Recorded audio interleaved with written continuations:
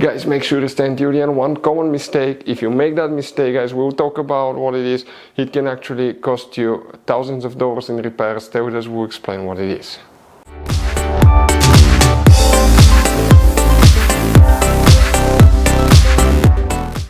Hey guys, welcome back to Auto Repair, guys. Thank you guys for watching and subscribing to the channel. Today will be super helpful video to any of you guys having a BMW 5 Series Generation F10 F11 from year 2010 to year 2017. If you have one of those, guys, if you need to find, guys, where the fuse for the ECU is located, also known as ECM, DME or PCM, that's practically the engine computer under different names that people know it. Stay with us, we'll explain which 4 fuses you need to check, where you can buy cheap parts, tools, fuses, relays at a good price, quick shipping, that way do not waste money and time. Well, it's always a good idea to test fuses and relays. All that will be covered absolutely free for your convenience. Make sure to stay until the end.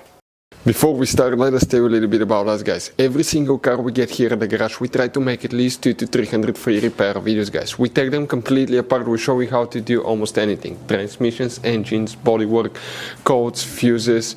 Why we do that? Because our mission at the shop is to save you guys as much money as we can. All we need in return, please subscribe to the channel, like the video, that way we can keep making these free videos. Now, guys, we took pictures of every fuse box in that BMW, okay? Every fuse box, so we can clearly, guys, show you where everything is located, so you can clearly see the fuses, because otherwise they're hidden in places where practically we cannot get the camera. So we're going to show you one by one, okay? We have video about every single fuse, every single relay. So let's say you're in the middle of nowhere, you need to, guys, okay, find where the fuel pump fuse is located. All you have to do, watch our video.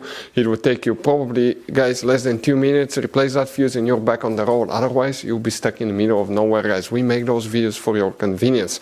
Now, we'll make video for every single fuse and every single relay, guys, and we have more than 14,000 free repair videos on our YouTube channel. Check it out, they can save you thousands of dollars in future repairs.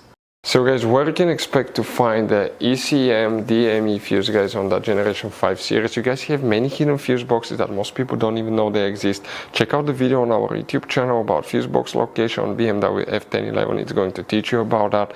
Open now, guys, the passenger door here. That's your glove box. Open the glove box. On the back side in the right corner, remove the cover and you will find a fuse box that will look like this one. Before we, guys, continue, let's explain quickly why it's always a good idea to test fuses and relays.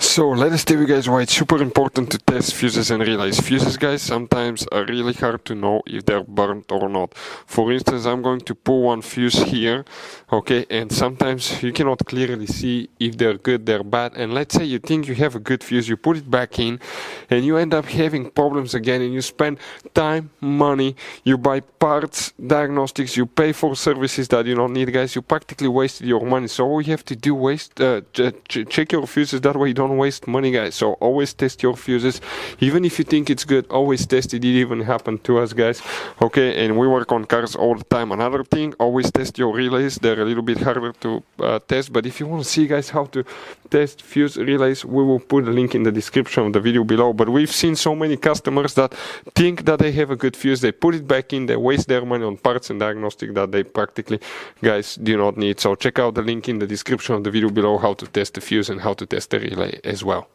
So, guys, if you want to buy fuses, relays, parts, tools at a really good price, quick shipping as well, guys, we're going to put a link in the description of the video below, guys. Make sure you get some for peace of mind, and you can put some spare ones in the glove box. So, guys, which fuses we need to check, guys? Please make sure to stay until the end. We want to give you one good advice, that way you don't end up being stuck in the middle of nowhere like it happened to us. Here we're going to zoom in a little bit, the fuses that we will need to check specifically now, guys. We need to check first fuse number 4 in that row here. That's 1, 2, 3, 4. That fuse right here will need to be checked, fuse number 4. Next, we need to check, guys, fuse number 29. We're talking in that row of fuses, guys. If you come right here, okay, we're going to talk about that fuse right here on the very bottom, because this fuse is 23, 4, 5, 6, 7, that's empty. 29 is right here, fuse 29. After that, you need to check fuse number 35 right here, and fuse number 33 will need to be checked for the ECM DME as well, guys. So you guys have all kinds of different fuses, relays, okay, in that car.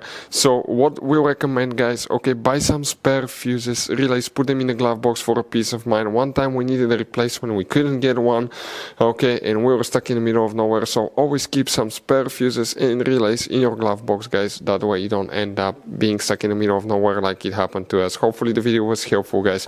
Thank you for watching and see you next time.